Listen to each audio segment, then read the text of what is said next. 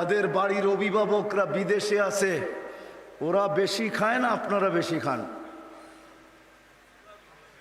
কামায় বেশি কে? যে প্রবাসে আছে, ঠিক না? খায় বেশি কে? কে খায় বেশি? ওরা বেশি খায়?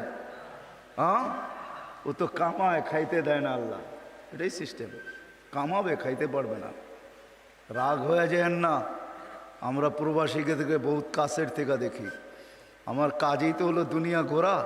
আমি গত মাসের 23 তারিখে আসছি আমেরিকা থেকে। সারা প্রদেশ ঘুরাই আমার কাজ। আমি চিনি, জানি। সারাদিন পরিশ্রম করে যখন আসে তো পিঠটা বলে বিছনা দে, চোখটা বলে ঘুম দে, শরীরটা বলে আরাম দে। তখন এমনও পর্ব আসে শুধু একটা ডিম কোনো মতে বাইজা খায়া ঘুমায় যায়।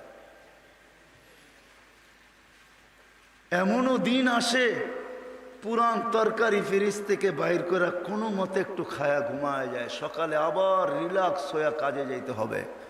1 তারিখ আসলেই বাড়িতে পয়সা পাঠাইতে হবে। বিদায় তার সারাদিন চিন্তা থাকে 1 তারিখে কি করে সবাই চাহিদা পূরণ করব। বিদায় সে কামায়, খাইতে পারে না।